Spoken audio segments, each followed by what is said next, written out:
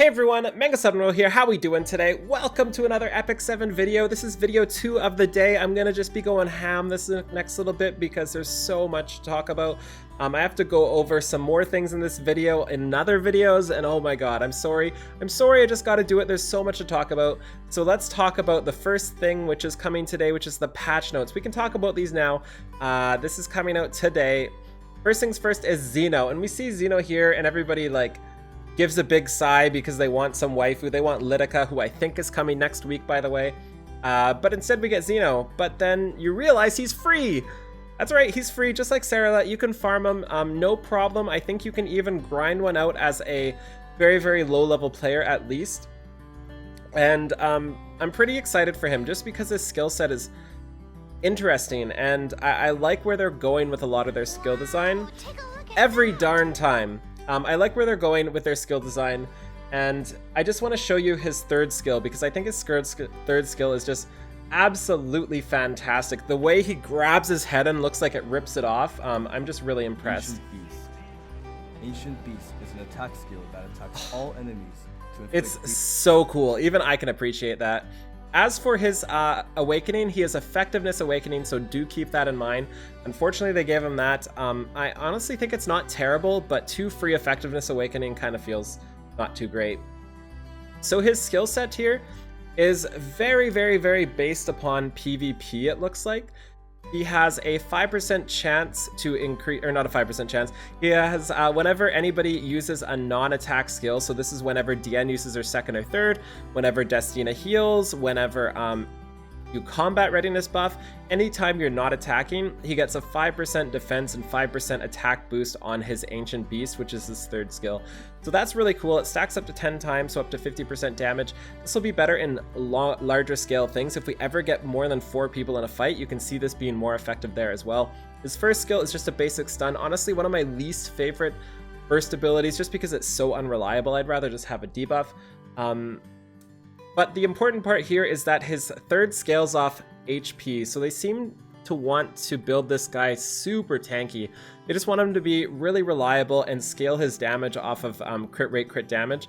So if I'm right, this is probably going to be a character you want to build something like HP crit damage for his right side. I might be wrong there. You may just want to go like HP attack crit damage or something like that, but it'll be really interesting to see how his ratios turn out and how we want to build him. You also might just want to go super tanky on him and no offensive stats whatsoever, but I feel like all these multipliers here are just going to go really great with HP scaling crit damage. But again, we will see. And one thing to talk about too is even if you're not a fan of a unit like this and you don't think you'll use them on your current PvP team, you got to think for the future because we are getting Guild Wars soon. We never know how good he's going to be in Guild Wars, and if you build him really, really, really slow and somebody else is a 200 and something speed DN, you're gonna stack your thing up a lot before his turn goes and just blow her out of the water. So really exciting to see, and I'm definitely farming 7 of him.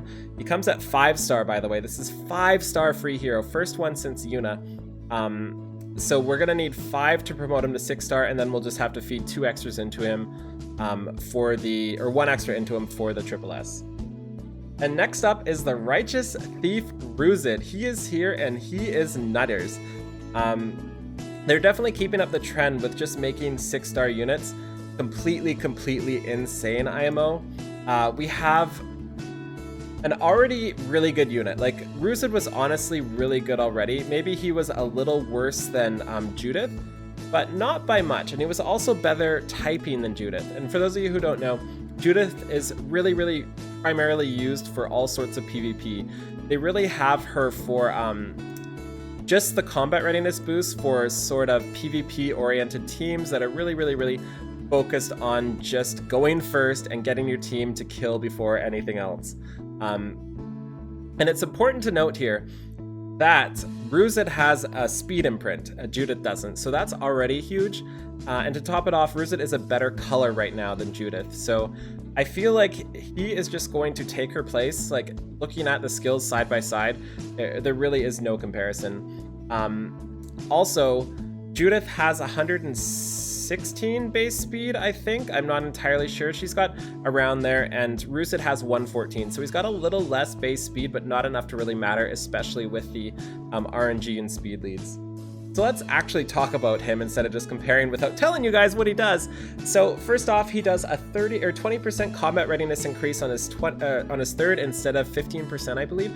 He also gives continuous healing for 2 turns, and he also gives speed for 2 turns on all allies. That's insane. Speed buff is one of the best buffs in the game, and not many people give it. So he is absolutely ridiculous, I think.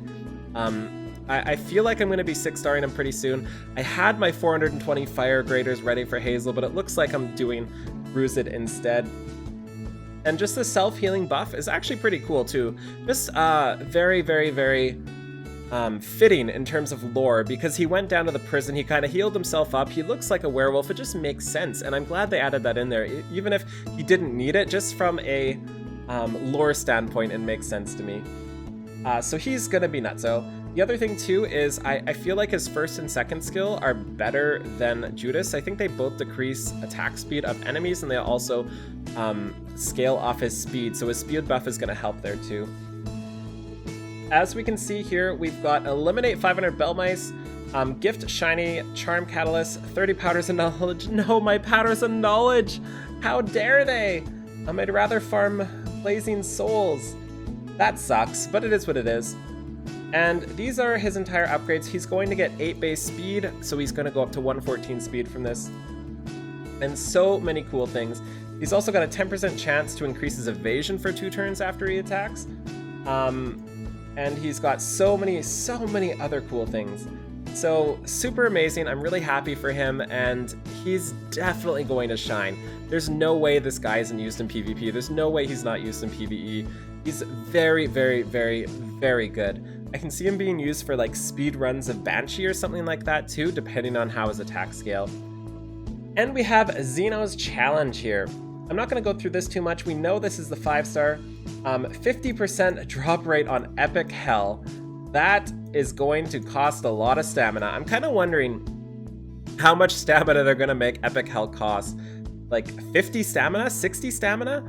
I'm not sure how much, but you can't argue. You can't be like, darn, it took me 120 stamina to get that there 5-star. I think it's fine, okay? Like, you could get ridiculously unlucky and just not get him in 3,000 stamina or something like that, but it's still a 5-star. We're also getting charms and everything too, blah, blah, blah.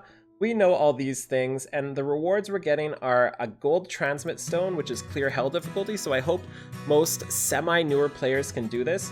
And they made the epic only 100k, which is really good, so people who aren't at the very end game are not super punished. The other cool thing is 40 times above hard difficulty, you get yourself a Zeno. So even if you cannot clear the hardest stages and you're only doing hard, if you're really unlucky with that 7%, you're still guaranteed to get one after 40 runs. Fantastic way to do this.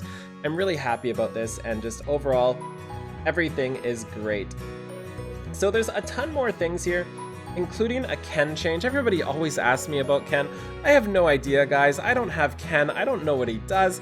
I'm not interested in him, but I know I should be as a content creator, and I tried to use him. I tried to understand if he was good. I tried to find a place for him, and I couldn't. That said, there is even more changes coming to him, and with all these incremental changes and minor changes they're doing to Ken, I have to imagine they want to land him in a good place. They want him to be in a place people want him in, because Ken is kind of a frontline person in this game, just because of MA Ken, and I think they want him to be good on the normal side as well, and a lot of people really like his style of unit. Like, that's the type of unit that certain demographics of people will be pushed to this game to, or pulled to this game to. So I expect Ken to be very good in the long run, and I hope this change does it, and I think they're going to keep doing changes until he does it. So if you come to my stream and ask me, is Ken good now, I'm going to tell you that. I'm going to tell you he's going to be good soon, if he's not good now. So hopefully it's soon. And honestly, that's about it. I wanted to get through this a little quicker. Most important thing here is Roozid.